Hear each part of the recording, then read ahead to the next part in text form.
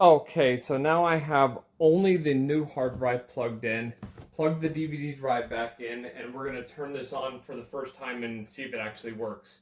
Not get my hopes up, but hopefully.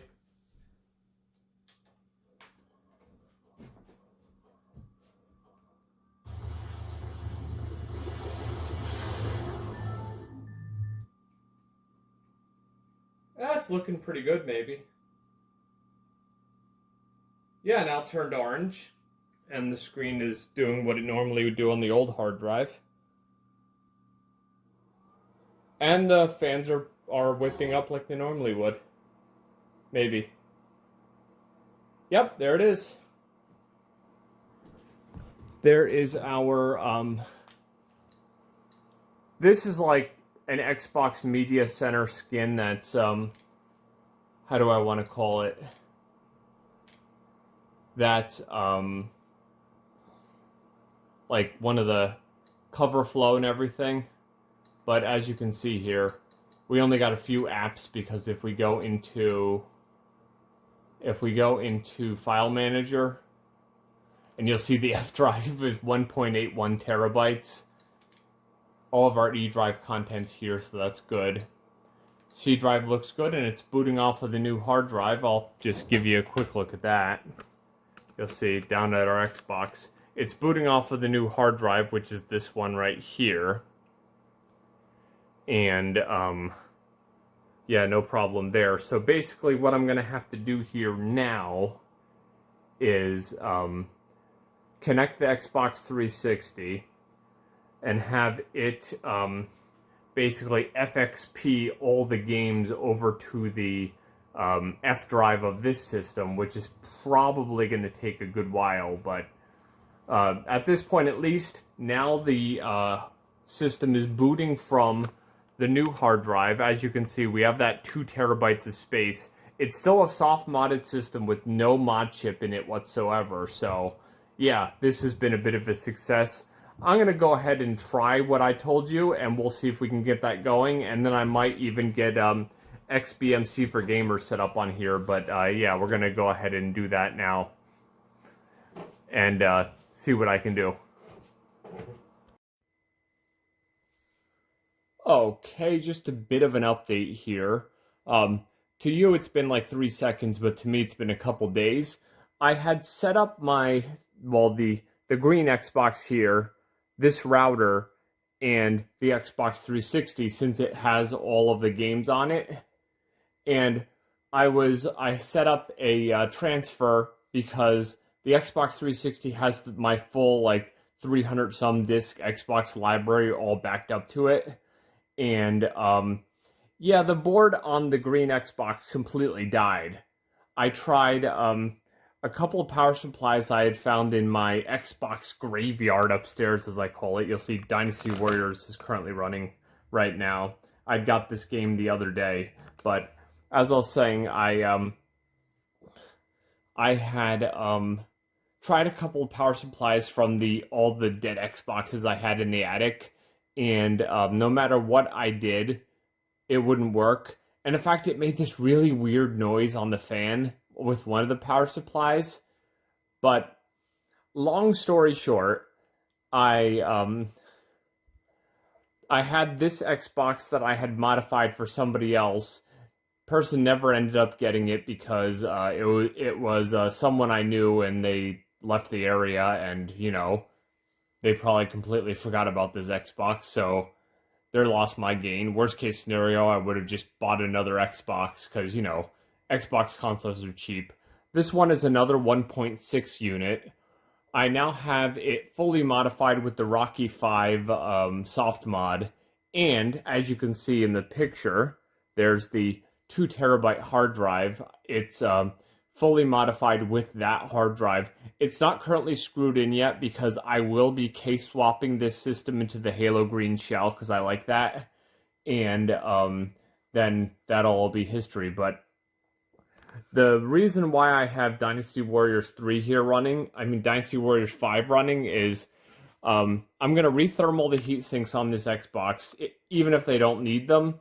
And I will, then, once that's done, I will prepare the other shell and then case swap the whole system. And then, of course, we're all done with the hardware matters, if you will. But, yeah, that's where we are right now. So what I will do next is the next time you see me, I'll have this on the table, and I will be rethermaling the heat sinks. And what I was saying is the reason I have this heating up playing this game is because online I had read that it's a lot easier to get those heat blocks off of the heat sinks if you first let the console heat up a little bit, because like the thermal gum that they use is kind of a bit hard to work with, and if you let them heat up a bit, it's easier to pull them off, and you don't have to use like a heat gun or anything. But I'm going to get to that. I'm going to pull the heat blocks off, then I'll kind of show you what we're working with and go from there. Oh, and a bit of a side note, if you didn't notice, the DVD drive there is actually the Halo Green one with the bezel on it there. It's because the DVD drive in this one was a Samsung. It probably just has a bad belt, which is something I'll probably investigate later. But it doesn't open or close or do anything, so it's kind of one of those things. I didn't really feel like stripping down a DVD drive in an Xbox, and this one works well enough, so I will... at some point, I might mess with that in another Samsung I have and see if they just need a new belt. But yeah, I'm going to go ahead and take this thing apart, rethermal it, and you'll see me when I'm in that process. Okay, and as you can see here, we got our Xbox motherboard here exposed. And I absolutely did no cleaning on this at all. And this thing is like crazy clean.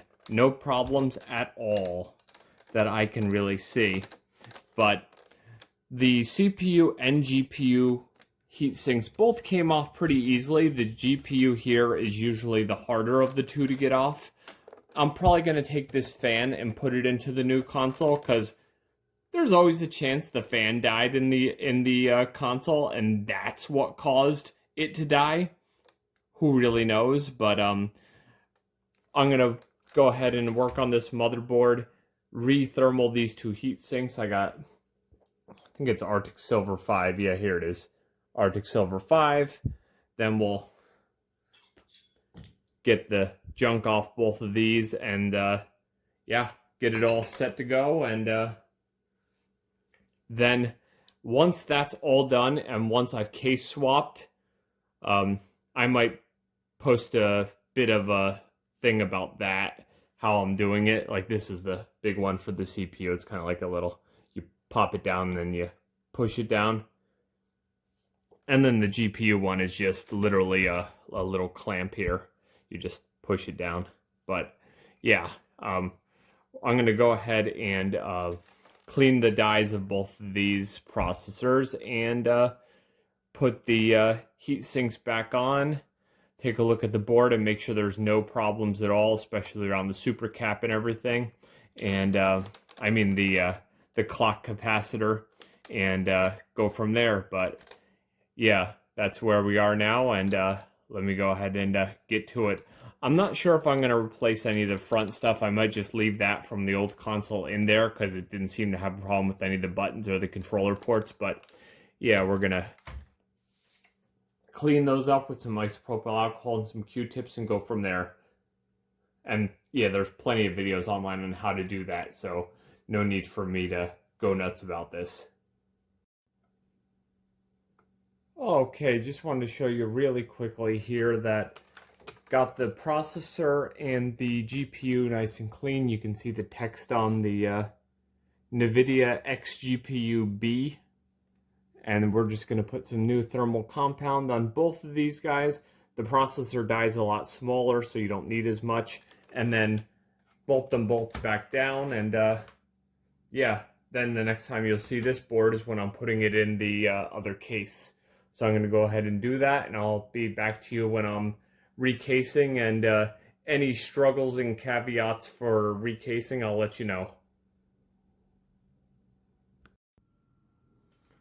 Okay, just a quick update on the state of the Xbox now compared to how it was before.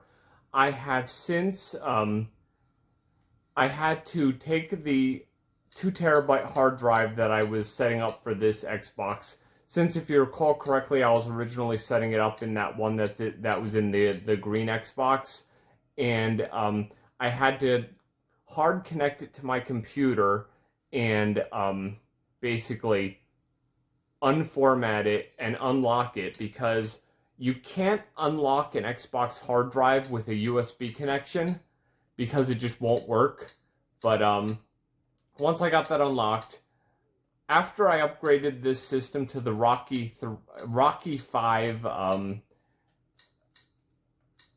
Softmod, then I was able to basically convert the drive to running on this system. So now it's running on the 2 terabyte hard drive, and all of my games are on here, with the exception of a few having problems because they probably have demo menus. So I will have to fix those, because the system just sees them as CDX. And what I can do is figure out what game each of these are, and then name the XBEs properly so they show up here. Because you can actually go to, let's say, this one here, and just go to, you just hit the white button, you can edit XBE title. So let's say if this is one of the random games that has some demos, because there's a lot of the games that have demos, I can just fix them, and therefore they will have the correct cover art after I go to Artwork Installer. But this is basically a skin for Xbox Media Center, and the reason why I didn't use XBMC for gamers is XBMC for gamers really only lets you like do exactly what you're seeing here, the whole cover flow thing.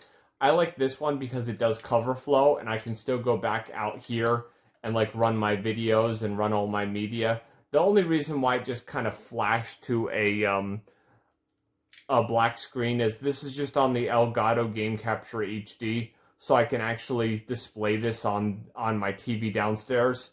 And whenever you go into the games, it does a very quick scan of the folders to see if there are any new games, which does take a couple seconds with all the games that I've installed on here. And I still have about half of the drive available, so it's not that bad.